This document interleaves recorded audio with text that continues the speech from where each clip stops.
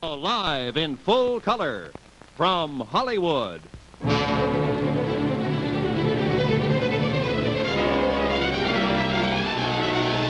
Ford Star Jubilee presents Bacall, Claudette Colbert, Noël Coward in Blithe Spirit by Noël Coward.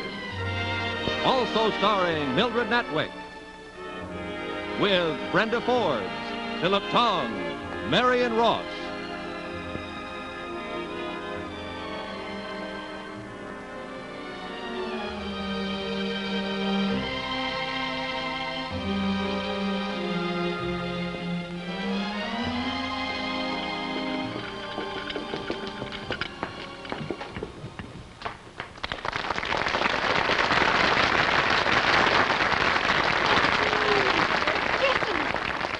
Better fetch the ice bucket.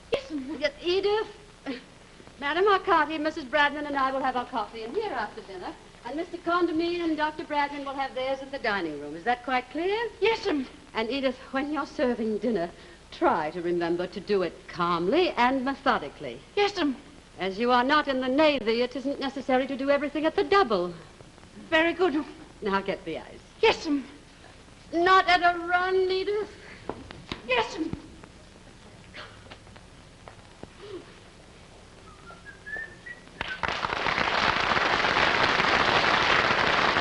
No sign of the advancing hall?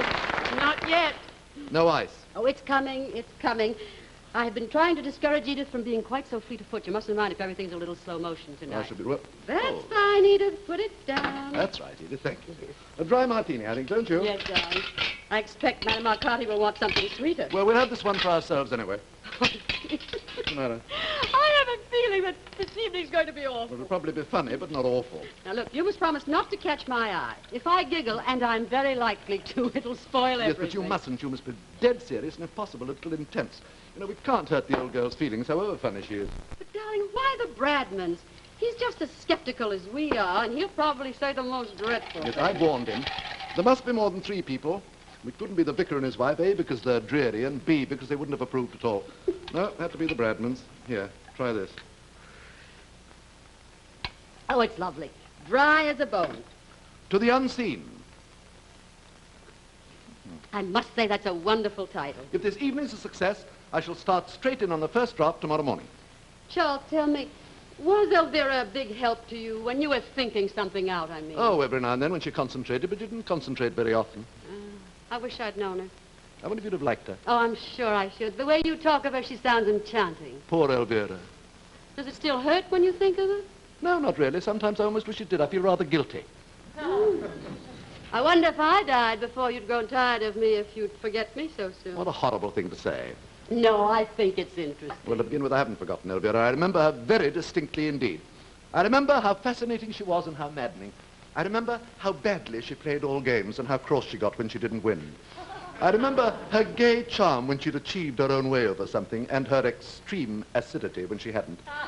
I remember her physical attractiveness, which was tremendous, and her spiritual integrity, which was nil. You can't remember something that was nil. I remember how morally untidy she was.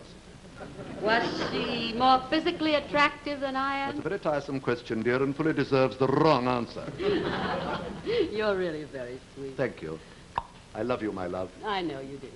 But not the wildest stretch of imagination could describe it as the first fine, careless rapture. Would you like it to be? Oh, good heavens, no. Wasn't it a shade too vehement? Oh, Charles, we're neither of us adolescents. We've neither of us led exactly prim lives, have we? And we've both been married before. Careless rapture at this stage would be a little embarrassing. I do hope I haven't been in any way a disappointment to you, dear. Now, don't be idiotic. Well, after all, your first husband was a great deal older than you, wasn't he? You know, I shouldn't like you to think that you'd missed out all along the line. Charles, there are moments when you go too far. Oh, you. There you go again. As I think I mentioned before, I love you, my love. Poor Elvira. Yes, she certainly had a great talent for living. It's a pity she died so young. Poor Elvira. That remark is becoming monotonous. Poor Charles, then. That's better. And later on, poor Ruth, I expect. You know, you have no faith, Ruth. Sometimes, dear, I think you should really try to have a little more faith. Listen, I was devoted to Elvira. We were married for 5 years. She died. I missed her very much. Since then, I have now, with your help, my love, risen above the whole situation. Admirable. But if tragedy should darken our lives, I still say, with prophetic foreboding, poor Ruth. That's the Bradmans. It might be Madame Arcati. No, I heard the car. She'll come on her bicycle. She always goes everywhere on her bicycle. Oh, well, that's very spirited of the old girl. Shall I go, or shall we let Edith have her fling? Wait and see what happens. Perhaps you didn't hear. She's probably on one knee in a pre-sprinting position, waiting for cook to open the kitchen door. Steady, Edith. Yes, sir. Steady, girl. Good evening, Edith. Good evening, Edith. Ma'am, sir. Dr. and Mrs. Bradman. Hello. How are you? Bradman, We're not late, are we? I only got back from the hospital about half an hour No, ago. Madame Arcati isn't here yet. Oh, that must have been her we passed coming down the hill. I said I thought it was. Well, then she won't be long. I'm so glad you were able to come. Oh, we've been looking forward to it. Grandma? I feel really quite excited. By all means. I guarantee that Violet will be good. I made a promise. There wasn't any need. I'm absolutely thrilled. I've only seen Madame Arcati 2 or 3 times in the village. I mean, I haven't seen her do anything at all peculiar, if you know what I mean. She certainly is a very strange woman. You know, it was only a chance remark of the vicar's that made me realize she was psychic at all. Then I began to make inquiries, and apparently she's been a professional in London for years. It's funny, isn't it? I mean, anybody doing it as a profession. Oh, I believe it's very lucrative. But she must believe it herself, mustn't she? Or is the whole business a fake? I suspect the worst. A real professional charlatan. That's what I'm hoping for, anyhow. You see, the character I'm planning for my book must be a complete imposter. That's one of the most important factors of the whole story. Well, what exactly are you hoping to get from her? Oh, jargon, principally, a few of the tricks of the trade. Doctor, have you ever attended her professionally, I mean? Yes, she had influenza in January. She's only been here a little over a year, you know. I must say she was singularly unpsychic then. I always understood she was an authoress. Oh, yes, we originally met as colleagues at one of Mrs. Wilmot's Sunday evenings in Sandgate. What sort of books does she write? 2 sorts. Rather whimsical children's stories, all about enchanted woods filled with highly conversational flora and fauna. And enthusiastic biographies of minor royalties, very reverent, sentimental, and extremely funny. Here she is. She knows, doesn't she, about tonight? I mean, you're not going to spring it on her. Oh, yes, it was all discussed last week and arranged. I told her how profoundly interested I was in anything to do with the occult, and she blossomed like a rose. You know, I'm really quite nervous, as though I'm going to make a speech. You go and meet her, darling. All right. I've laid my bike up against this little bush. It'll be perfectly all right if nobody touches it. Madame Arcati. Ah, how nice of you to come all this way. My dear Madame Arcati. I'm afraid I'm rather late, but I had a sudden presentiment I was going to have a puncture, so I went back to fetch my pump. And then, of course, I didn't have a puncture at all. Well, never mind. Perhaps you will on the way home. Ah, Dr. Bradman, the man with the gentle hands. I'm delighted to see you looking so well. This is my wife. Oh, we're old friends. We meet coming out of shops. Would you like a cocktail? If it's a dry martini, yes. If it's a concoction, no. Experience has taught me to be very wary of concoctions. Well, it is a pleasure. How delicious. It was wonderful cycling through the woods this evening. I was deafened with birdsong. It's been lovely all day. But the evening's the time, mark my words. So, cheers. Cheers. Don't you find it tiring bicycling everywhere? Oh, on the contrary, it stimulates me. But the hills, Madame Arcati, pushing up those awful Oh, hills. just knack. Down with your head, up with your heart. And you're over the top like a flash and skimming down the other side like a dragonfly. This is the best dry martini I've had. Certainly. You're a very clever man. Anybody can write books, but it takes an artist to make a dry martini that's dry enough. Are you writing anything nowadays? Oh, every morning, regular as clockwork, 7 till 1. Is it a novel or a memoir? It's a children's book. I have to finish it by the end of October to catch the Christmas sales. It's mostly about very small animals. The hero is a moss beetle. I had to give up my memoir of Princess Pagliacini because she died last April. I talked to her about it the other day, and she implored me to go on with it, but I really... You talked to her about it the other day? Yes, through my control, of course. She sounded very irritable. It's funny, isn't it, to think of people in the spirit world being irritable. I mean, one can hardly imagine it, can one? Well, we have no reliable guarantee that the afterlife will be any less exasperating than this one, have we? Dr. Condomine, how can you? Dinner is served, Mum. Thank you, Edith. Shall we? No red meat, I hope. Oh, there's meat, but I don't think it'll be very red. Would you rather have an egg or Oh, something? no, thank you. It's just that I always make it a rule never to eat red meat before I work. Sometimes has an odd effect. What sort of effect? Oh, nothing of the least importance. If it isn't very red, it won't matter much. Anyhow, we'll risk it. Come along, Mrs. Bradley. Madam Arcati.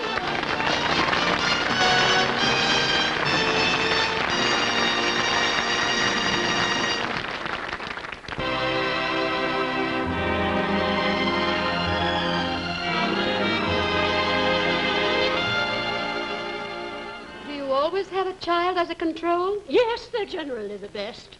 Some mediums prefer Indians, of course, but personally I've always found them unreliable.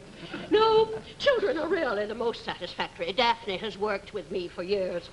Madame Arcati, tell us, when did you first discover you had these extraordinary powers? When I was quite tiny. My mother was a medium before me, you know, so I had every opportunity of starting in on the ground floor, as you might say.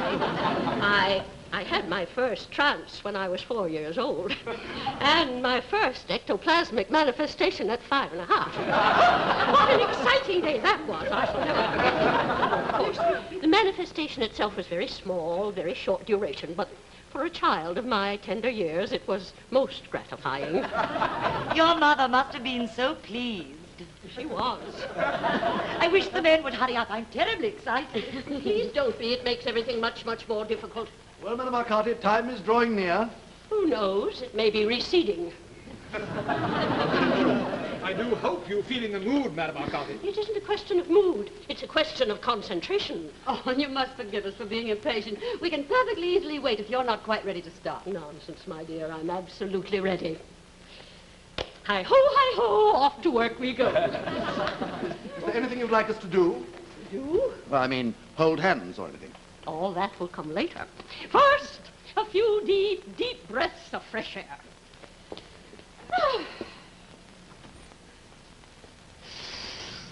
Oh, you may talk if you wish. It will not disturb me in the least. The moose was a bit hysterical, dear, but the dinner was delicious. That cuckoo is very angry. I beg your pardon? I said that cuckoo is very angry. Listen. How can you tell? Timbre. No moon. Well, that's as well, I think. There's a mist rising from the marshes. There's no need for me to light my bicycle lamp, is there? I mean, no one's apt to fall over it. Oh, no, we're not expecting anybody else. Good night, you foolish bird. You have a table. Yes, we thought this one would do. No. No, I think the one that has the coffee on it will do better. Oh, change over. You told Edith we didn't want to be disturbed. Yes, darling. Oh, this is a moment I always hate. Are you nervous? Oh, yes. When I was a girl, I always used to be sick. How fortunate you grew out of it. Little Tommy Tucker sings for his supper. What shall he have but brown bread and butter? I've always despised that because it doesn't rhyme at all. But Daphne loves it. Who's Daphne? Daphne's Madame Arcati's control. She's a little girl. Oh, I see. How old is she? Almost 7 when she died. When was that? February the 6th, 1884. Poor little thing. She must be a bit long in the tooth by now, I should think. You should think, Dr. Bradman, but I'm afraid you don't. At least not profoundly enough. Do be quiet, George. You'll put Madame Arcati off. Don't worry, my dear. I'm quite used to skeptics. Now, will you all please sit around the table and place your hands downwards on it? What about the light? All in good time, Mr. Condomine. Sit down, please. Fingers should be touching. I presume that this is the gramophone, Yes, Mr. it's an Condomine. electric one. Would you like me to start it for you? Please stay where you are. I can manage. Now, what have we here? Brahms. Oh, dear, no. Rachmaninoff, too florid. Oh, where is the dance music? Oh, they're the loose ones on the left there. I'm afraid none of them very new. Daphne is really more attached to Irving Berlin than anyone else. She likes a tune she can hum. Here's one. Always. Always? Sit down, Charles. What's the matter? Nothing. Nothing at all. Now, the light switch is by the door. Yes, all except the smoke on the desk and the gramophone. Very well, I understand. Fingers should be touching, George. Remember what Madame Arcati said. Now, of course, I cannot guarantee that anything will happen at all. Daphne may be unavailable. She had a head cold recently and was rather under the weather, poor child. On the other hand, a great many things might occur. One of you might have an emanation, for instance. Or we might contact a poltergeist, which would be extremely destructive and noisy. In what way destructive? They throw things, you know. Oh, no, I didn't know. But we must cross that bridge when we come to it, mustn't we? Certainly, by all means. Fortunately, an elemental at this time of the year is most unlikely. What do elementals do? My dear, one can never tell. They're extremely unpredictable. Usually they take the form of a very cold wind. I don't think I shall like that. Oh, occasionally reaching almost hurricane velocity. Don't you think it would be a good idea to take the more breakable ornaments off the mantelpiece before we start? That really won't be necessary, Mrs. Condomine. I flatter myself I have my own methods of dealing with elementals. I'm so glad. Are you ready to empty your minds? You mean we're to try to think of nothing? Absolutely nothing, Dr. Bradman. Concentrate on a space or a nondescript color. That's really the best way. I'll do my best. Good work. Now start the music.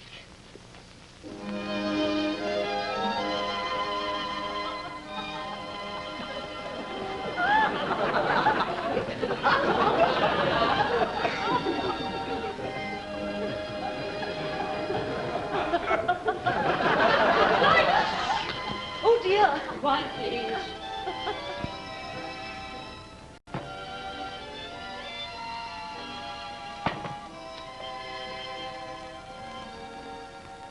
Is there anyone there? Is there anyone there? One rap for yes, two raps for no. Now then, is there anyone there?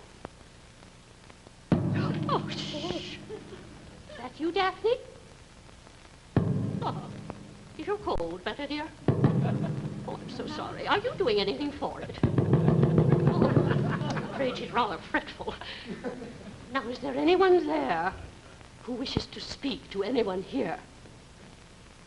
Oh, now we're getting somewhere. Oh, no, Daphne, dear, don't do that. You're hurting me. Daphne, stop it. Good, there's little child. Now you say there is someone there who wishes to speak to someone here. Is it me? Is it Dr. Bradman? Is it Mrs. Bradman? Is it Mrs. Condomine? Stop it. Behave yourself. Is it Mr. Condomine? There's someone who wishes to speak to you, Mr. Condomine. Tell them to leave a message. I really must ask you not to be flippant, Mr. Condomine. I'm sorry, it just slipped out. Do you know anyone who has passed over recently? Well, not recently, except my cousin in the civil service. And he would hardly be likely to wish to communicate with me. We haven't spoken for years. Are you Mr. Condomine's cousin in the civil service? Maybe drawn a blank. Can't you think of anyone else? Rack your brains. It might be old Mrs. Plummet. You know, she died on Whit Monday. I can't imagine why old Mrs. Plummet should wish to speak to me.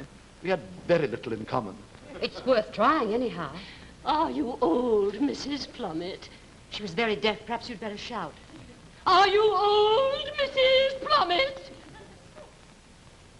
No one there at all. How disappointing, just as we were getting on so nicely. Silent, be quiet. I'm afraid there's nothing for it but for me to go into a trance.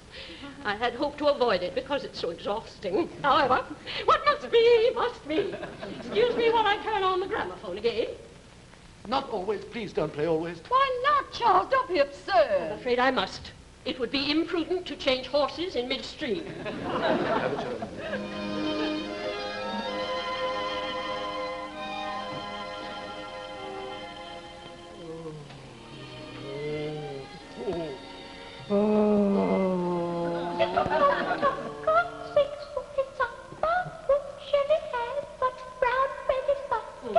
If that's Daphne, she ought to have had her adenoids out. Oh, George. Oh, there now. Ought we to pick it up or leave it where it is? How the devil do I know? There's no need to snap at me. Leave it where it is. Who said that? Who said what? Somebody said leave it where it is. Oh, don't be silly, darling. But I heard it distinctly. Well, nobody else did they? I never heard a sound. It's you, Ruth. You're playing tricks. I'm not doing anything of the sort. I haven't uttered. Good evening, Charles. Ventriloquism. That's what it is. Ventriloquism. What's the matter with you? You must have heard that. One of you must have. What? Do you mean to sit there solemnly and tell me none of you heard a thing? I certainly didn't. Well, neither did I. Wish I had. I'd love to hear something. Now, look, it's you who are playing the tricks. You're acting to try to frighten us. I'm not. I swear I'm not. It's difficult to think of what to say after 7 years, but I suppose good evening is as good as anything else. Who are you? Elvira, of course. Don't be silly. I can't stand this another minute. Get up, everybody, please. Oh. The entertainment's over. Oh, Charles, how tiresome. You just when we were beginning to enjoy ourselves. Oh, dear, look at I think we better leave her alone. Oh, no, but she might be like that for hours. She's out, all right. Bring her round. It's dangerous to leave her like that. Charles, you're behaving very peculiarly. Wake up, Madame Arcati. Wake up, Madame Arcati. Take it easy, old man. Get us some brandy. Give us Oh, some brandy. yes, Get I'll her do into it. the chair. Help me, Brad, and I'll take her by the arm. Oh, wake up, Madame Arcati. Wake up, please. Oh. There. Little Tommy Tucker, Madame Arcati. Little Tommy here, Tucker. Charles, here's the brandy. Here's the brandy. Now take some brandy, madam. Oh, please, wake up. It's She's fine. coming round. Now, look out, you're spilling it on her dress. Well, that's that. Are you all right? Certainly I am. Well, what happened? Was it satisfactory? Well, nothing happened after you went off. Oh, something happened, all right. I can feel it. No poltergeist, at any rate, that's a good thing. Any apparitions? Not a thing. No ectoplasm? I'm not quite sure what that is, but I don't think so. That's very curious. I feel as though something tremendous had taken place. Charles pretended he heard a voice in order to frighten us. Well, it was only a little joke. Very poor one, if I may say so. Nevertheless, I'm prepared to swear there's someone else psychic in this room apart from myself. No, there couldn't be, Madame Arcati, really. I do hope I haven't gone and released something. However, we're bound to find out in a day or two. If any manifestation should occur, or you hear any unexpected noises of any kind, you might let me know at once. Oh, of course we will. We'll telephone immediately. Well, I think I really must be on my way now. Wouldn't you like anything before you go? No, thank you. I had some Ovaltine already in a saucepan at home. It only needs hotting up. I'm so sorry so little occurred. It's that cold of deafness, I expect. You know what children are when they have anything wrong with them. We must try again some other evening. That would be lovely. Good night, Mrs. Bradley. Good night, Madame Arcati. Good night, Madame Arcati. Doctor. Good night, everyone. Next time we must really put our backs into it.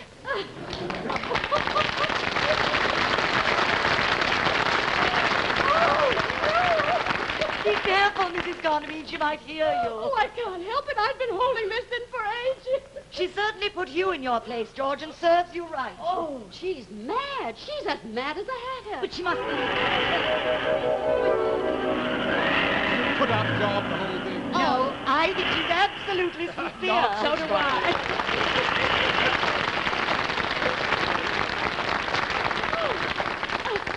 You know, I felt a draft suddenly. The window must be open. No, they're shut. Perhaps it's one of those whatchamacallums that Madame Arcati was talking about. What? Elementals? No, it couldn't be. She distinctly said it was the wrong time of the year for elementals. Well, the old girl's gone pedaling off down the drive at a terrific speed. Come along, George. It's terribly late. We really must go home. You have to get up so early in the Would morning. you like a drink before you go? No, really, thank you. Violet's quite right, I'm afraid. I do have to get up abominably early tomorrow. I have a patient being operated on in Canterbury. It has been thrilling. I shall never forget it. It was sweet of you to include her. Good night, Mrs. Condomine, and thank you so much. If we find any poltergeist whirling about, we'll let you know. I should never forgive you if you didn't. Come along, darling. Good night.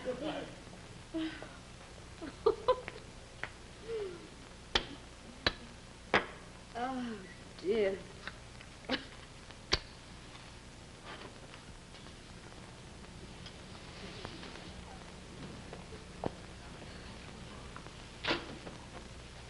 Well, darling, Well?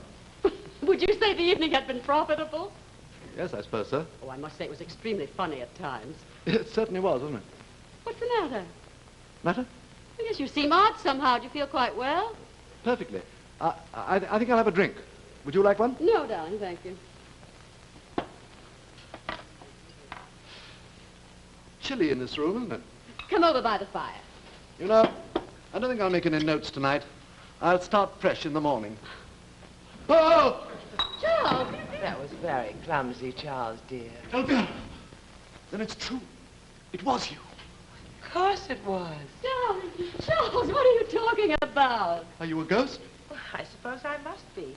It's all very confusing. What are you looking over there for? Look at me, darling. What's the matter? What's happened? Don't you see? See what? Elvira. Elvira? Oh, I'm so sorry. Ruth, this is Elvira. Elvira, this is Ruth. Come and sit down, darling. You can say you can't see her. Now, look, Charles, you sit quietly by the fire, and I'll mix you another drink. Don't worry about the mess on the carpet. Edith can clean it up in the morning. Yes, but you must be able to see her. She's there. Look, there. Right in front of you. Look. Charles, are you mad? What's happened to you?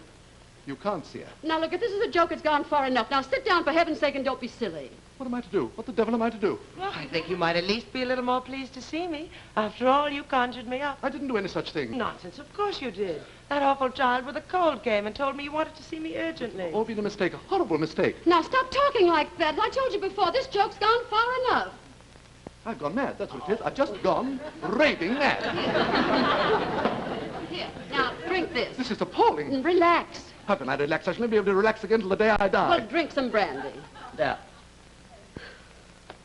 Now you're satisfied. Now, sit down. Why are you so anxious for me to sit down? What good will that do? Darling, I want you to relax. You can't relax standing up. African natives can. They can stand on one leg for hours. I don't happen to be an African native. You don't happen to be a what? An African native. What's that got to do with it? It doesn't matter, Ruth. Just forget it.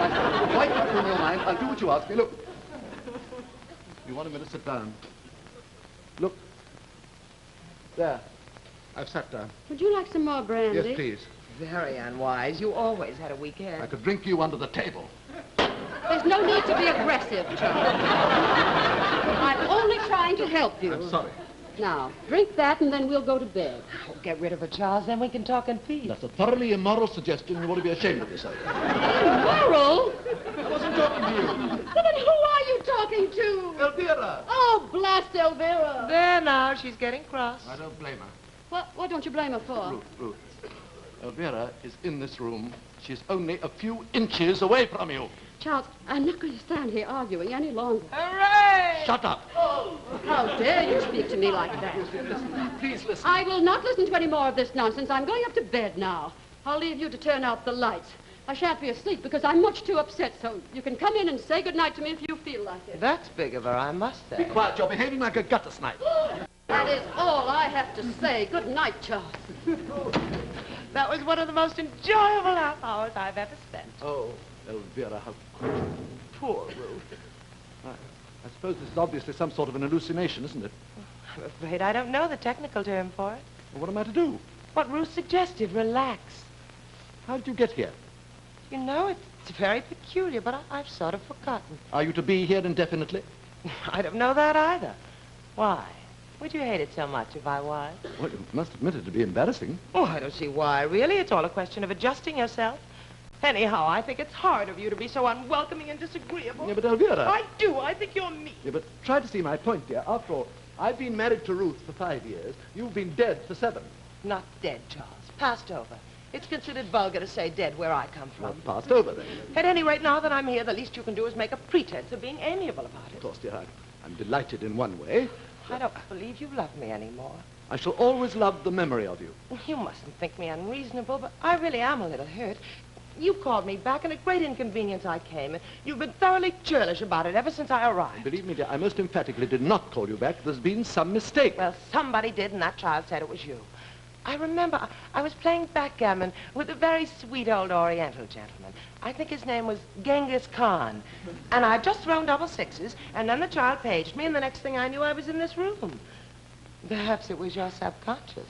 Well, you must find out how long you're going to stay, and we shall have to make arrangements accordingly. I don't see how I can. Well, try to think. Isn't there anybody you know you can get in touch with over there on the other side, or whatever it's called, who would advise you? Can't think. It seems so far away, as though I dreamed. Well, you must know somebody else besides Genghis Khan. Now. Is it cold, being a ghost? No, I don't think so. What happens if I touch you? Well, I doubt if you can. Do you want to? Well, dear, What is it, darling? I certainly do feel strange seeing you again. Oh, that's better. What do you mean, better? Your voice was kinder. Was I ever unkind to you when you were alive? Often. Oh, how can you? I'm sure that's an exaggeration. Not at all. You were an absolute pig that time we went to Cornwall and stayed in that awful hotel. You hit me with a billiard cue. Only very, very gently. I love you very much. I loved you, too. Oh. Oh. I can't touch you.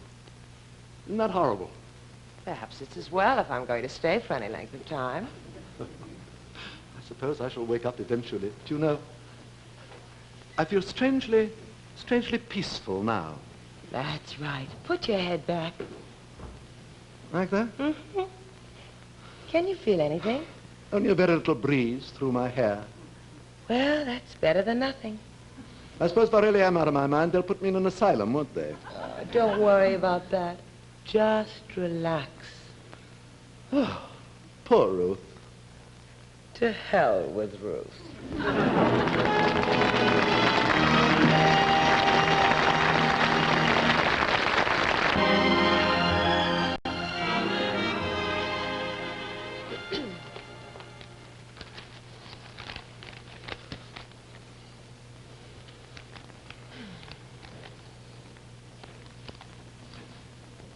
Extraordinary about daylight, isn't it? How do you mean? Oh, the way it reduces everything to normal. Does it? Yes, it does. I'm very glad to hear it. You're very glacial this morning. Are you surprised? Frankly, yes, I expected more of you. Oh, eat your breakfast while it's hot. It isn't. You behaved abominably last night. You wounded me and insulted me. I was the victim of an aberration. You were drunk. Oh, so that's your story, is it? You refused to come to bed, and finally, when I came downstairs at 3 in the morning to find out what had happened to you, I found you in an alcoholic coma on the sofa with the fire out and your hair all over your face. I was not in the least drunk, Ruth. Something happened to me last night, something very peculiar. Nonsense.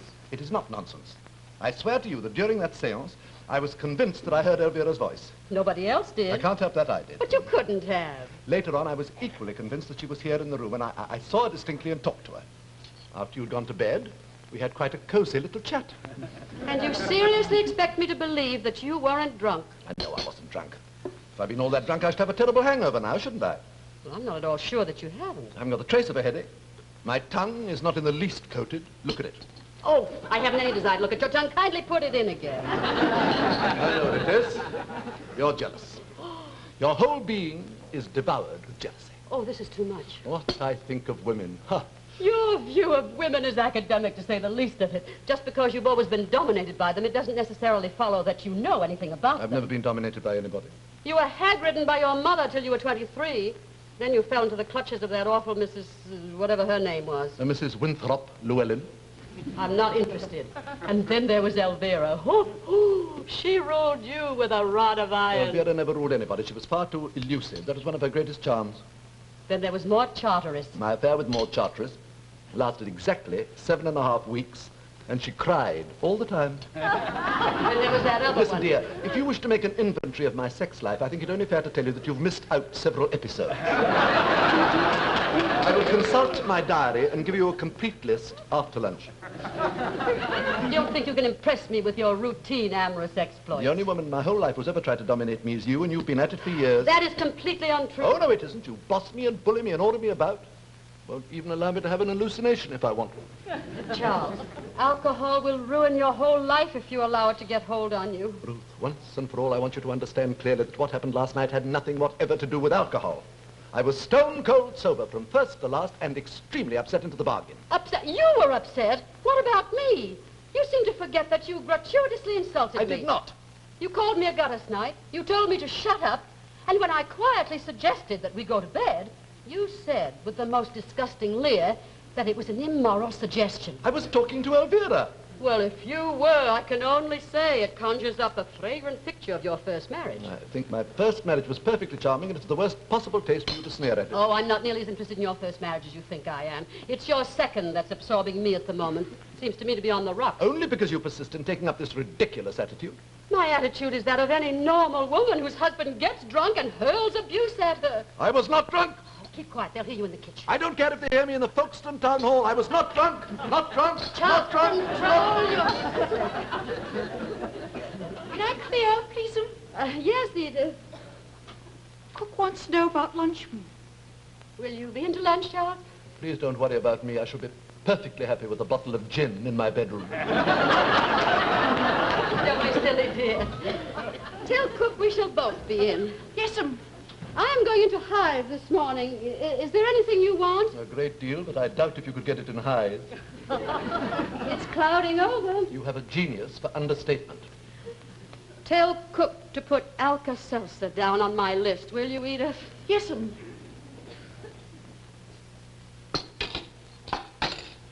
Ruth! Oh, Ruth! Oh, Ruth! Ruth, please! Ruth! Ruth, dear, please be reasonable. I am perfectly reasonable. I wasn't pretending. I really believe that I saw Elvira last night. I got the shock of my life. That's why I dropped the glass. But you couldn't have seen her. I know I couldn't have, but I did. All right.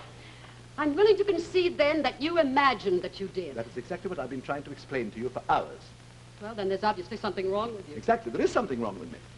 Something fundamentally wrong with me. Did you feel quite well yesterday? During the day, I mean. Well, of course I did. What did you have for lunch? Well, you ought to know. You had it with me.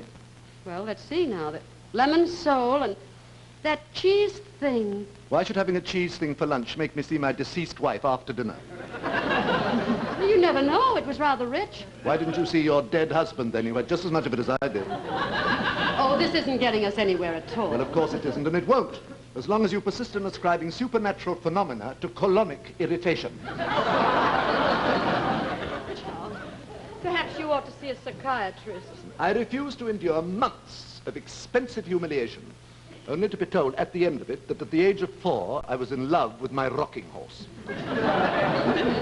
Perhaps there's something pressing on your brain. If there was something pressing on my brain, I should have violent headache, shouldn't I? No, not necessarily. An uncle of mine had a lump the size of a cricket ball pressing on his brain for years, and he never felt a thing. I know I should know if I had anything like that. He didn't. What happened to him? Well, he had it taken out, and he's been as bright as a button ever since. Did he have any sort of delusions? Did he think he was seeing things that weren't there? No, I don't think so. What the devil are we talking about him for? It's sheer waste of valuable time. I only brought him up as an example. Now, look, darling, how do you feel now? Physically, do you mean? Well, altogether. Apart from being worried, I feel quite normal. You're not hearing or seeing anything in the least unusual. Not a thing. Ah, good. You've absolutely ruined that border by the sundial. It looks like a mixed salad. What's the matter now? She's here again. What, who's here again? Elvira. Oh, no, Charles, pull yourself together. Those nasturtiums, they're so vulgar. I happen to like nasturtiums. You like what? Well, they're all right in moderation, but in a mass like that, they look beastly. Help me, Ruth. You must help me. What did you mean about nasturtiums? Never mind about that for a minute. I tell you, she's here again. You have been having a nice scene, haven't you? I could hear you right down the gong. Please mind your own business. Well, if you're behaving like a lunatic isn't my business, nothing is. I expect it was about me, wasn't it? I know I ought to feel sorry, but I'm not. I'm delighted. How can you be so inconsiderate? Inconsiderate! Oh, I like that, I must say. Ruth, dear, listen. Oh, no, you're trying to upset me. For some obscure reason, you're trying to goad me into doing something that I might regret. No, I'm not going to stand for you anymore. You're making me utterly miserable. Ruth, dear, please. No, don't please. come near me. Oh, let her have a nice cry. It'll do her good. You're utterly heartless. Heartless? I wasn't talking to you. I was talking to Elvira. Oh, well, go on talking to her then. Talk to her till you're blue in the face, but don't talk to me. Elvira, help me. You must help me. How? Well, make her see you or something. Oh, I'm afraid I couldn't manage that. It's technically the most difficult business. Frightfully complicated, you know. Takes years of study. You are here, aren't you? I mean, you're not an illusion. I may be an illusion, but I am most definitely here. Well, how did you get here? I told you last night I don't exactly know. Well, in future, you must make me a promise. Only come and talk to me when I'm alone. See? Oh, how unkind you are, making me feel so unwanted. I've never been treated so rudely. Well, I don't mean to be rude, dear. It's but all your own fault for having married a woman who is incapable of seeing beyond the nose on her face. If she had a vein of real sympathy or affection for you, she'd believe what you tell her. But how could you expect anybody to believe this? Oh, you'd be surprised how gullible people are. We often laugh about it on the other side. Charles? What is... Oh, I'm awfully sorry I was cross. Oh, my dear. I understand everything now. I do, really. You do? Yes, of course I do. Look out, she's up to something. Will you please be quiet? Yes, darling, we'll all be quiet, won't we? We'll be as quiet as little mice. Now, Ruth, dear, listen. And now, I want you to come upstairs with me and go to bed. The way that woman hops on bed is nothing short of erotic. But, darling, I'm not up to anything. I just want you to come with me, go to bed, and wait there till Dr. Bradman comes. No, Ruth, you're wrong, you're wrong. No, come, darling. She'll have you in a straitjacket before you know where you are. Help me, Elvira, you must help me. My dear, I would with pleasure, but I can't think how. I can. Ruth, Yes. Come over here, dear. Sit down. Do me a favor. What? Just go and sit down quite far. All right, 5 minutes, darling. all out. Yes. Now listen. You see that bowl of flowers on the piano? Yes, darling. I did it myself this morning. Very untidily, if I may say so. You may not. Very well. I'll never do it again, I promise. Elvira will now take that bowl of flowers from the piano to the mantelpiece and back again. You will do this for me, Elvira, Oh, won't I you? don't really see why I should. You've been quite insufferable to me ever since I materialized. Oh, please, please, please, please, please, All please, right. please. I will, just this once. Not that I approve of all these vaudeville carryings on. Now, Ruth, dear, watch carefully. Come on, Elvira, bring it over to the mantel and back. Here it comes. Oh,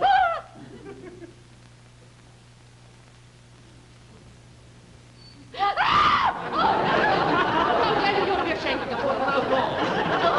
It's a trick. I know perfectly well it's a trick. You've been working up to this. It's all part of some horrible plan. It isn't nice, man. It isn't Elvira. Do something else, for heaven's sake. Certainly anything to oblige. You want to get rid of me. You're trying to drive me out of my Don't mind. be so silly, Ruth. Oh, you're cruel and sadistic, and I'll never forgive you. Ah! Let me go, Charles. was Elvira. No, Tell let me, me go. Elvira, Let me go. Oh, no, Charles. Charles, this is madness. Sheer madness.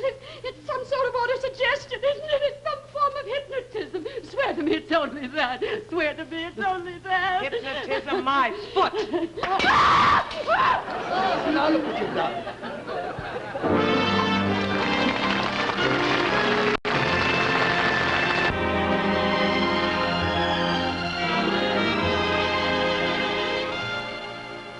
Does it show any signs of clearing? Not much. It's really been quite a chapter of accidents, hasn't it? Oh, yes, certainly has. Exactly as though there were some evil forces at work. Well, you're sure you wouldn't like a cocktail or some sherry or Oh, something? no, thank you, really not. George and I are supposed to be at the Wilmots at 7, and it's nearly that now. I think I'll have some sherry. I need it. Don't worry about your husband's arm, Mrs. Condomine. I'm sure it's only a sprain. It's not his arm I'm worried about. And I'm sure Edith will be up and about again in a few days. My cook gave notice this morning. Well, really, servants are awful, aren't they? Not a shred of gratitude. The first sign of trouble, they run out on you like rats leaving a sinking ship. Well, I can't feel that your simile was entirely fortunate, Mrs. Bradley. Oh, I didn't mean it like that, really. Well, it's nothing to worry about, Mrs. Condomine. It's only a slight sprain. Oh, I'm so relieved. He's in rather a nervous condition. It's nothing serious, you understand. What makes you think so? I know the symptoms. What symptoms have you noticed? Nothing to be unduly alarmed about. A certain air of strain. A few rather marked irrelevances in his conversation. Oh, I see. Can you remember any specific example? Well, he suddenly shouted, "What are you doing in the bathroom?" And then a little later, when I was writing him a prescription, he suddenly said, "For heaven's sake, behave yourself." How extraordinary. And how's poor Edith? She'll be all right in a few days. She's still recovering from the concussion. It's funny, isn't it, that both your housemaid and your husband should fall down on the same day? If that sort of thing amuses you. Oh, of course, I didn't mean it like Come that. along, Mrs. my Condomine. dear. You're talking too much. You are horrid, George. Goodbye, good Condomine. I'll pop in and have a look at both patients sometime tomorrow. Thank you so much. Oh, how does it feel? All right. It's only a slight sprain, you know. Is this sling really essential? It's a wise precaution. Well, I had intended to drive into Folkestone this afternoon. Oh, Charles, you can easily wait till tomorrow. Oh, I can't stand another of those dreary evenings at home, Charles. It'll drive me dotty. I haven't seen a movie for 7 years. Let me be the first to congratulate you. What's that, old man? Charles, please be sensible, I implore you. I'm so sorry, I forgot. Well, you can drive the car if you promise to go very slowly and carefully. The roads are very slippery anyhow. Come along, darling. Goodbye again. Goodbye. Goodbye, Mr. Mrs. Condomine. Radman. Dear Ruth. Why, dear Ruth, all of a sudden. Well, I take my hat off to her. I do really. What for? Well, she's making a valiant effort to face a very tricky situation. You must admit that. I don't admit anything of the sort. I wouldn't trust her an inch. Her mouth gives her away. It's a very hard mouth, Charles. Her mouth hasn't got anything to do with it, and I resent you discussing Ruth as though she were a horse. Do you love her? Well, of course I do. As much as you love me? Oh, so silly. It's all entirely different. Oh, I'm so glad. Nothing could ever have been quite the same, could it? You always behaved very, very badly. Charles. And I am grieved to see that your sojourn in the other world hasn't improved you in the least. Oh, go on, darling. I love it when you pretend to be cross with I'm me. not pretending. I am extremely cross with you. Well, I don't see why. What have I done? Well, you won't make the slightest effort to meet Ruth halfway. You sneer and giggle at everything she says. You made hideous grimaces at her all through lunch. Well, what did it matter? She couldn't see them. I could, and it embarrassed me exceedingly. All that high and mighty social backchat gets me down. You can't deny that she's an awful snob, I most Charles. emphatically do deny it. She's a highly intelligent woman, and I'm devoted to her. Oh, you are you? Of course I am. She's really doing her level best to face the most uncomfortable fact of your being here. Well, what's so uncomfortable about it? Well, you've upset the temperature of the whole house to start with. Ruth is very susceptible to drafts. After lunch, when she was sitting on the sofa, straining every nerve to be polite and hospitable to you, her teeth were chattering. I could hear them. Do you really believe that Ruth is accepting the situation so valiantly? That she honestly means to be hospitable? Well, of course I do. Oh, I've got news for you, lover boy. And don't call me lover boy. It is vulgar and inaccurate. She's out to get rid of me, and I can prove it. Nonsense. It isn't nonsense. Do you know where she went this afternoon? Of course I do. She went to see Mrs. Frobisher about the garden fete. Mrs. Frobisher, my eye. She went to that bungling old spiritualist, Madame Arcati. I know she did because I went with her. You told me you were going to lie down. I did, on the back seat of the car. She's a terrible driver. What did you go and see Madame Arcati for? Get me exorcised, of course. Is that true, Ruth? Is what true? What Elvira just said. You know perfectly well I can't hear what Elvira says. She said that you went to see Madame Arcati in order to get her exorcised. Now, is that true? Frankly, yes. We did discuss the possibilities. There's a snake in the grass for you. You had no right to do such a thing without consulting me. I had every right. This situation is impossible, and you know it. Where's Elvira at the moment? On the sofa. Now, look here, Elvira. I want to ask you a straightforward question. Why did you really come here? I can't imagine what you could have hoped to have achieved by it beyond the immediate joke of making Charles into some sort of an astral bigamist. I came because the power of Charles's love tugged and tugged and tugged at me. Didn't it, my sweet? What did she say? What? She said that she came to see me again. Well, she's done that now, hasn't she? What did Madame Arcati say? Oh, she said she couldn't do a thing. Oh, you'd have died laughing if you could have seen them. All that old-fashioned bell, book, and candle routine. It was dreamy. You really are impossible, Elvira. I suppose she said something insulting. No, she's merely giggling. Well, I'm glad she finds it all so amusing. Now she's losing her temper. Oh, go away, Elvira. You're behaving abominably. Oh, Elvira, stop acting like a schoolgirl. You're old enough to know better. She isn't here now. She's gone into the garden. Are you sure? Quite sure. She's been very high-spirited all day. I know this mood of old. It usually meant she was up to something. You're sure she isn't here? I'm quite sure. Well, then I want to talk to you. Oh, no. Oh, yes, Charles, it's important. I must. Ruth, dear, you've been behaving very well during the last few days. You're not going to start making scenes again, are you? Look, I resent that air of patronage. I have behaved well, as you call it, because there was nothing else to do. Now, Elvira came here with one purpose, and one purpose only. And if you can't see it, you're a greater fool than I thought. But what purpose could she possibly have beyond the perfectly natural desire to see me again? After all, you must remember she was extremely attached to me, poor child. Her purpose is perfectly obvious. It's to get you to herself forever. But that's absurd. How could she? By killing you off, of course. Killing me off? You're mad. Why do you suppose Edith fell down the stairs and nearly cracked her skull? What's Edith got to do with it? Because the whole of the top stair was covered with axle grease. Cook discovered it after. You're making this up, Ruth. I am not. I swear I'm not. Look, why do you suppose, when you were lopping that dead branch off the pear tree, that the ladder broke? Because it had been practically sawn through on both sides. But why should she want to kill me? I can imagine her wanting to kill you, but why me? If you were dead, it would be her final triumph over me. She'd have you with her forever on her blasted astral plane, and I'd be left high and dry. She's probably planning a sort of a spiritual remarriage. Oh, I wouldn't put anything past her. Oh, Ruth. Well, now do you see? She couldn't be so sly, so wicked. She couldn't. Oh, couldn't she just? Oh, Ruth. Oh. No. Now, stop looking like a wounded spaniel and concentrate. This is serious. Yeah, but what are we to do? You're not to let her know that we suspect a thing. Act perfectly ordinarily, as though nothing had happened. I'm going back to Madame Arcati immediately. She's got to help us. Even if she can't get rid of Elvira, she must know some technical method of rendering her harmless. If a trance is necessary, believe me, she'll go into a trance if I have to beat her into it. Now, I'll be back in a half hour, and you tell Elvira that I've gone to see the vicar. But this is appalling. No, never mind that. Don't you give yourself away by so much as a flick of an eye. Look out! Look What? out! I really said it's a nice lookout. What's a nice lookout? The weather, Elvira, the weather, the glass. It's going down and down and down. It's positively macabre. I find it difficult to believe that you and Ruth at this particular moment can't think of anything more interesting to talk about than the weather.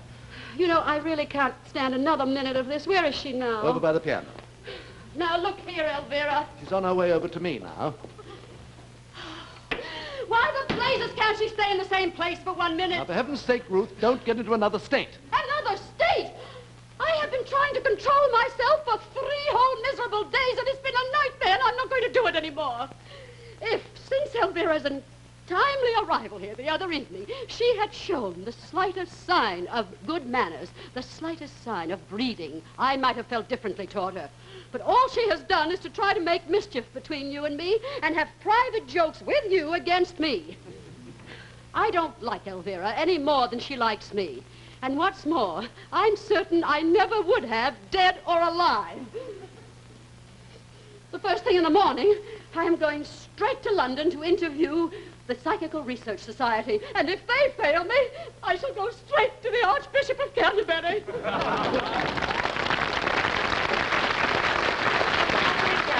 I never saw one. Ruth doesn't like being thwarted any more than you do. Are you ready? What for? To go to Folkestone, of course. I want a glass of sherry first. I don't believe you want to take me at all. Well, of course I want to take you, but I still think it'd be far more sensible to wait until tomorrow. It's a filthy night. How familiar this is. In what way familiar? All through our married life, I had only to suggest something for you immediately to start hedging me off. I'm not hedging you off. I merely said... All right. We'll spend another cozy, intimate evening at home with Ruth sewing away at that hideous table center and snapping at us like a terrier. Ruth is perfectly aware that that table center is hideous. It happens to be a birthday present for her mother. It's no use trying to defend Ruth's taste to me. It's thoroughly artsy, craftsy, and you know it. If you don't behave yourself, I shan't take you into Folkestone ever. Oh, please, Charles, don't be elderly and grand with me. Please, let's go now. Not until I've had my sherry. Oh, you are tiresome, darling. I've been waiting about for hours. Well, a few more minutes won't make any difference then, will it? Very well. Besides, the car won't be back for half an hour at least. What do you mean? Ruth's taken it. She had to go and see the vicar. What? What on earth's the matter? Did you say Ruth's taken the car? Yes, to go and see the vicar, but she won't be long. Oh. Elvira. Stop her. You must stop her at once. Why, what for? Go out and stop her. Stop her immediately. Oh, it's too late now. I heard her go a couple of minutes ago. Oh. What are you going on like this for? What have you done? Oh, done? Oh, I haven't done anything. Elvira, you're lying. Oh, I'm not lying. What is there to lie What about? are you in such a state for? I'm not in a state. I don't know what you mean. You've done something dreadful. Oh, no, don't look at me like that, Charles. I haven't. I swear I haven't. Oh, the car. The car. No, Charles, no. Ruth was right. You did want to kill me. You've done something to the car. Oh. What did you do? Oh. Tell me, Elvira. Oh. Oh. Hello? Yes, speaking. Oh, I see. The bridge at the bottom of the hill. No, thank you very much. I'll come at once. Ruth! Well, of all the filthy, low-down tricks. Oh! Oh, leave go! Oh, Ruth! Oh, you stop it! Oh.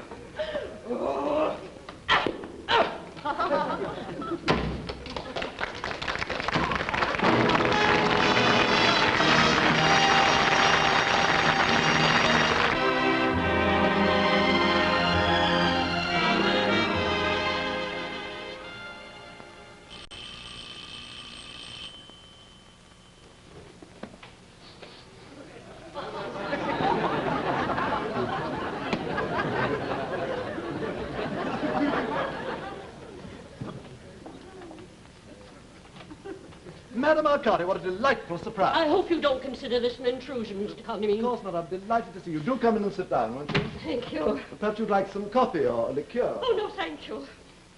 No, thank you. I had to come, Mr. Condomine. Yes? I felt a tremendous urge like a rushing wind, so I hopped on my bike, and here I am. I've been thinking very carefully lately. I've also been reading up a good deal during the last few dreadful days. I gather that we are alone. My first wife is not in the room at the moment. She's upstairs lying down. The funeral exhausted her. I imagine that my second wife is with her, but of course I have no way of knowing for certain. You have remarked no difference in the texture of your first wife since the accident? No, she seems much as usual, a little low-spirited, a trifle under the weather perhaps, but that's all. Washes that out. I don't quite understand. Just a little theory I had. In the 19th century, there was a pretty widespread belief that a ghost that participated in the death of a human being disintegrated automatically. Madame Arcati, how did you know that Elvira was in any way implicated in Ruth's death? Elvira. What a pretty name. It has a definite lilt to it. Elvira. Madame Arcati, you haven't answered my question. How did you know? It came to me last night, Mr. Condomine. Came to me in a blinding flash. I suddenly started up in bed with a loud cry. Great Scott, I've got it, I said. Yes, well, I should be very much obliged if you'd keep any theories you have about Ruth's death to yourself. Well, you're still anxious to dematerialize your first wife, are you not? Of course I am. I'm perfectly furious with her, but... But what? Oh, well, she's been rather upset during the last few days. You see, apart from me being angry with her, which she always hated, even when she was alive, Ruth, my second wife, has hardly left her side for a moment. You must see she's not been having a very happy time, what with one thing and another. Oh, delicacy of feeling does you credit, Mr. Condomine. Charles? What on earth's the matter? Oh, what's she doing here? She came to offer me her condolences. There should have been congratulations. You are not to say things like that. It's in the worst possible taste. Oh, Madame Arcati, allow me to introduce my first wife, Elvira. How do you do? What does she want, Charles? Send her away. What part of the room is she at the moment? She's moving up rather rapidly. I'll tell you when and where she settles. She's the one who got me here in the first place, isn't Yes. she? Well, please tell her to get me away again as soon as possible. I can't stand this house another minute. Oh, dear, I'm surprised. I don't care how surprised you are. I want to go home. I'm sick of the whole thing. Interesting, very interesting. I smell ectoplasm strongly. What a disgusting thing to Where say. is she now? Are you happy, my dear? Tell the silly old fool to mind her own business. Was the journey difficult? Are you weary? She's dotty. This is wonderful, wonderful. Please tell her to go into the other room, Charles. I've got to talk to you. Madame Arcati. Just a moment. I almost have contact. I can sense the vibrations. Oh, this is magnificent. Go on, Elvira. Don't be a spoil sport. Give her a bit of encouragement. If you'll promise to get her into the other room. All right. Yes. Again, again. How's that? This is first rate. It really is first rate. I'm so glad you're pleased. Please get rid of her. Ruth will be in a minute. Madame Arcati, would you think it most frightfully rude of me if I asked you to wait in the dining room for a few minutes? My first wife wishes to speak to me alone. Must I? It's so wonderful being actually in the room with her. Only for a few minutes. I promise you she'll be here when you come back. Oh, very well. I'll just get my bag. I left it on the sofa. Here you are. Darling. You little darling. The whole thing's been a failure, a miserable, dreary failure. Know what high hopes I started out with? You can't expect much sympathy from me, you know. I am perfectly aware that your highest hope was to murder me. There was a time when you'd have welcomed the chance of being with me forever and ever. Your behavior has shocked me immeasurably, Elvira. I had no idea you were so unscrupulous. Oh, Charles! And don't cry. Oh, they're only ghost tears. They don't mean anything really, but they're very painful. You brought all this on yourself, you know. That's right. Rub it in. Anyhow, it was only because I loved you. The silliest thing I ever did in my whole life was to love you. You were always unworthy of me. That remark comes perilously near impertinence, Elvira. I sat there on the other side just longing for you day after day. I did, really. All through your affair with that brassy-looking woman in the south of France, I went on loving you and thinking truly of you. And then you married Ruth, and even then I forgave you and tried to understand, because I believed all the time deep inside that you really loved me best. That's why I put myself down for a return visit. I had to fill in all those forms and wait about in drafty passages for hours. Oh, if only you died before you met Ruth, everything might have been all right. She's absolutely ruined you, you know. I hadn't been in the house a day before I realized that. And your books aren't a quarter as good as they used to be, either. That is entirely untrue. Ruth helped me and encouraged me with my work, which is a damn sight more than you ever did. That's probably what's wrong with it. All you ever thought about was going out to parties and enjoying yourself. Oh, why shouldn't I have fun? I died young, didn't I? You needn't have died at all.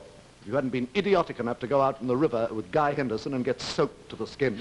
So we're back at Guy Henderson again, are we? You behaved abominably over Guy Henderson, and it's no use pretending you didn't. I would rather not discuss it if you don't mind. You let him kiss you, didn't you? Well, how could I stop him? He was bigger than I was. Swore to me. Of course I did. You were always making scenes over nothing at all. Nothing at all? You never loved me a bit, really. It was only your beastly vanity. Do you seriously imagine that it was only my vanity that was upset when you went out in that punt with Guy Henderson? It was not a punt. It was a little launch. I don't care if it was a three-masted schooner. You had no right to go. You never suspected it, but I laughed at you steadily from the altar to the grave. All your ridiculous petty jealousies and your fussings and fumings, you drove me mad.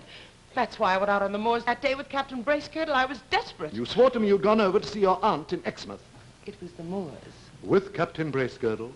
With Captain Bracegirdle. Oh, I might have known it. What a fool I was. What a blind fool. Did he make love to you? Of course. Oh, Elvira. Only very discreetly. He was in the cavalry, you know. Well, all I can say is I'm well rid of you. Unfortunately, you're not. Oh, yes, I am. You're dead, Ruth's dead. I shall sell this house lock, stock, and barrel and go away. I shall have to follow you. You called me back. I did not call you back. Well, somebody did, and it's hardly likely to have been Ruth. Nothing in the world was further from my thoughts. You were talking about me before dinner that evening. I might just as easily have been talking about Joan of Arc, but that wouldn't necessarily mean I wanted her to come and live with me. As a matter of fact, she's rather fun. Stick to the point. Oh, call that old girl in again and set her to work. I won't tolerate this any longer. I want to go home. Stop sniveling. Call her in. She's got to get me out of I this. quite agree with you, Madame Arcati, please come in again. Is the darling still here? Yes. Where? Tell me where. Over by the piano, blowing her nose. Oh, my dear, oh, my dear. Oh, stop her fawning on me, Charles, or I shall break something. Madame Arcati, Elvira and I have been discussing the situation, and we have both agreed that she must go back as soon as possible, so please make every effort, strain every nerve. Well, if you insist. I can't guarantee anything, you know. I'll do my best, but it may not work. I have here a formula. What is it? Well, it's nothing more than a little verse, really. It fell into disuse after the 17th century. I shall need some pepper and salt. Pepper and salt, some in the dining room, I get it. We ought, of course, to have some shepherd's wort and a frog or two, but I think I can manage without. Now, you won't be frightened, will you, darling? It's absolutely painless. That's enough, do you I think? only need a little. Put it on the table now. Sprinkle it, will you? Sprinkle it? Just the soup's all right in the middle. Well, this is going to be a flop, I can tell you that here and now. And, oh, now some snapdragons out of the cloth. There's a good chap. There. Merlin does this sort of thing at parties and bores us all stiff with it. Gramophone. In the old days, of course, they used a zither or reed pipes. We'd better have the same record we had before. Anything you I say? get it. Oh, if only that Mr. Emsworth of the Psychical Research Society could see this, he'd have a fit. Now, don't start it yet, darling, will you? Now, will you just sit down at the table, Mr. Condomine, rest your hands on it. Don't put your fingers in the pepper. I'll turn out the lights myself. Oh, shucks, I'd nearly forgotten. One triangle, one half circle, one little dot. This is a waste of time. She's a complete fake. And now, if your wife will just lie down on the sofa, please. Go on, Elvira. Oh, this is sheer nonsense. Don't blame me if I get the giggles. I shall join you in a moment, Mr. Condomine. I may have to go into a slight trance, but if I do, pay no attention. Now, first the music, and away we go. Lights. Achoo! Oh, dear, it's Hold on to pepper. yourself. Concentrate. Oh. Ghostly spectre, ghoul or fiend, nevermore be thou convened. Shepherd's wart and holy rite, banish thee into the night. What a disagreeable little verse. Be quiet, Elvira. Is there anyone there? Is there anyone there? One rap for yes, two raps for no. Now then, is there anyone there? Good stuff. Is that you, Daphne? Oh, sorry to bother you, darling, but Mrs. Condomine wants to return. Oh, now, Daphne. Did you hear what I said? Can you help us? Oh, hold tight to the tail of it. It's Fred! Get away! No! Oh, what on earth's the matter? Are you hurt, Madame Arcati? What on earth's happened? Are you hurt? She's in one of her idiotic trances again, and I'm here as much as I ever was. Wake up, Madame Arcati. Oh, Please leave wake her up. alone. She's having a whale of a time. If I ever do get back, I'll strangle that bloody little Daphne. Well, what happened? Nothing happened. Oh, yes, it did. I know something happened. No, you fell over. That's all that happened. Is she still here? Yes. Oh, something must have gone wrong. Make her do it properly, Charles. I'm sick of being messed about like this. Doing her best. Something happened. I felt it. I sensed it in my trance. It shivered through me. Charles! Well, once and for all, what the devil does this all mean?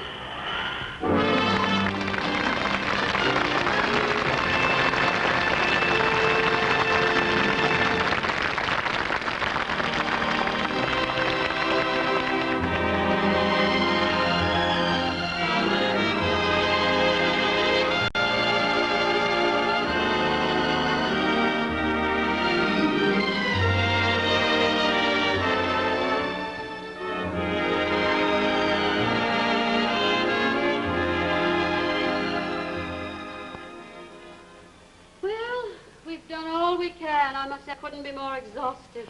It'll be daylight soon. Oh, That clock has always irritated me. It strikes far too slowly. It was a wedding present from Uncle Walter. Who's Uncle Walter? Elvira's. Well, all I can say is he might have chosen something a little more decorative. I'm sure if that were really all you could say, Ruth, it would be a great comfort to us all. You two'd stop bickering for just 1 minute. Now, look here, Elvira. If you and I have got to stay together indefinitely in this house, and it looks unpleasantly likely, we'd better come to some sort of an arrangement. What sort of an arrangement? You are not going to stay here together indefinitely in this house. Well, with you, then. We shall have to be with you. I don't see why. Why don't you take a cottage somewhere? You called us back. I've already explained till I'm blue in the face that I did no such thing. Well, we've all agreed that as Elvira and I are dead, it would be both right and proper for us both to dematerialize as soon as possible. We've allowed ourselves to be subjected to the most humiliating hocus-pocus for hours and hours without complaining. Without complaining?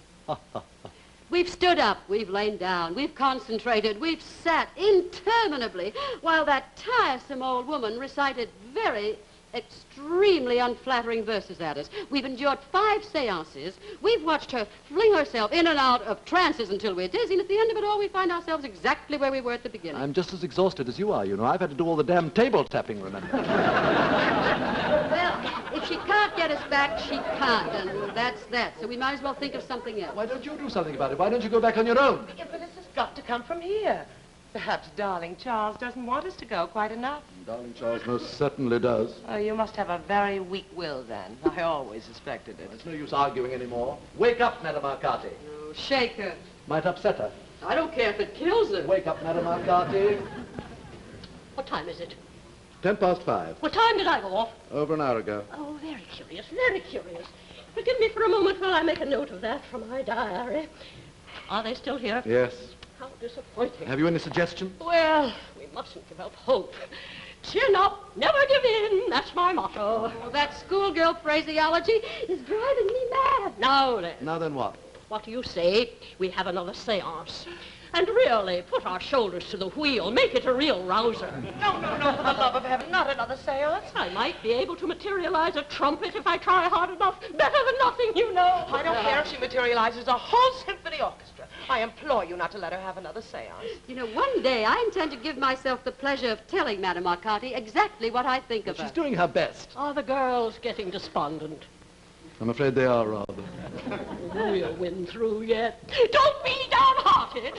You know, if we're not very careful, she'll materialize a hockey team. Now, Madame Arcati, my wives and I have been talking it over, and they are absolutely convinced that I, somehow or other, called them back. Very natural. I am equally convinced that I did no such thing. Oh, love is a strong psychic force, Mr. Condomine. It can work untold miracles. A true love call can encompass the universe. Yes, I'm sure it can. But I wish to tell you here and now that neither consciously or subconsciously did I call them back. But, Mr. And that is my final word on the subject.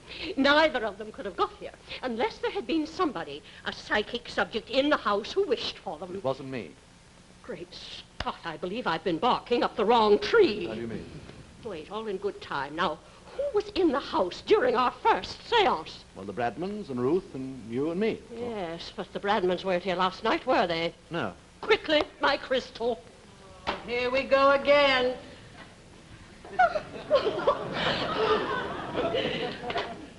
Oh, blast the thing, it's cloudy again.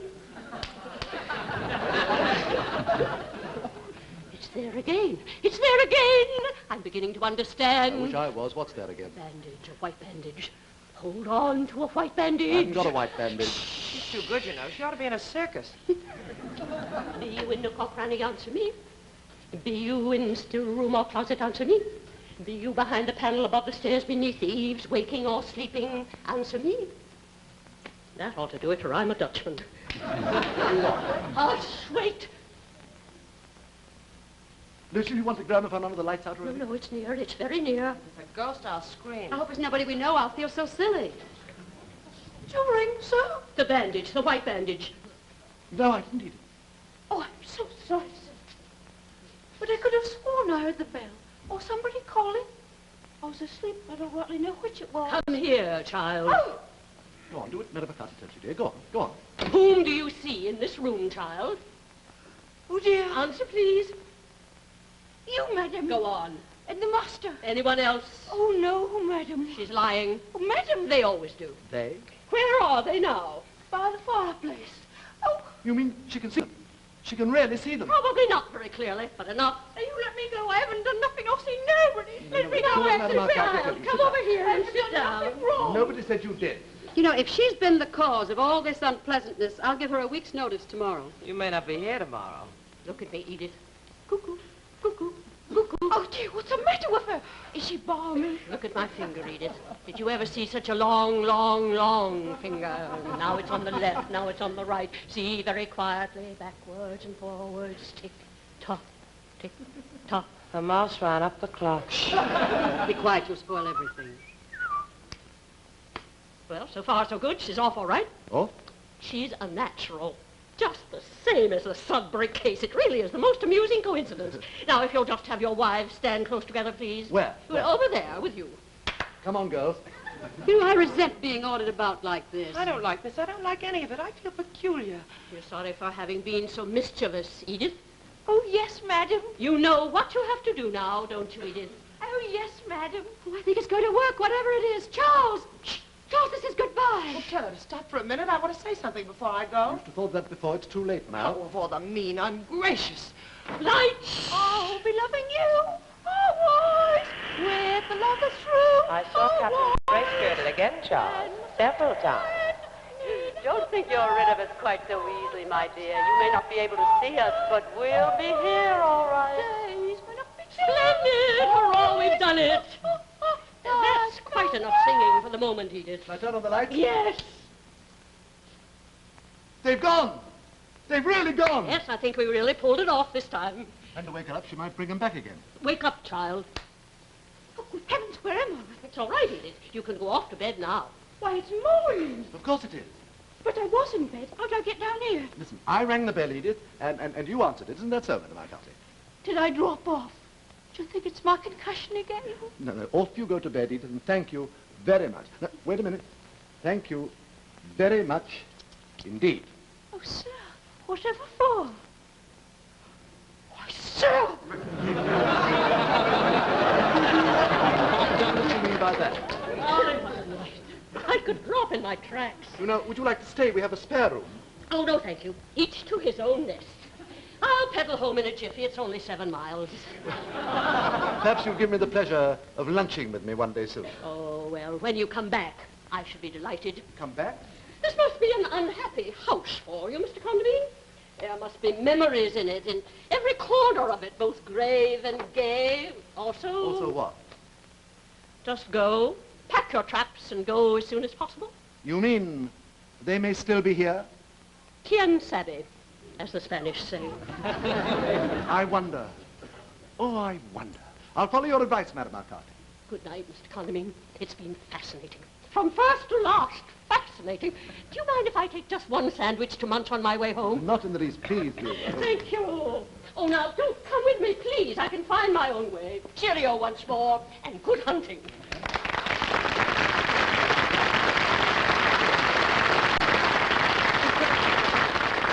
Ruth, Elvira, are you there? Ruth, Elvira, I know damn well you're there. I just want to tell you that I'm going away, so there's no point in you hanging about any longer. I'm going a long, long way away. Is that quite clear, my darling? I thought so. Elvira, it was very silly of you to imagine that I didn't know all about you and Captain Bracegirdle. I did. But what you didn't know was that I was extremely interested in Paula Westlake at the time. Ha! I was reasonably faithful to you, Ruth. But, you know, I doubt if it would have lasted much longer. You were becoming increasingly domineering, and there's nothing more off-putting than that, is there? You once said long ago that I'd been hag-ridden all my life. How right you were, but I'm not going to be hag-ridden anymore. Goodbye for the moment, my darlings.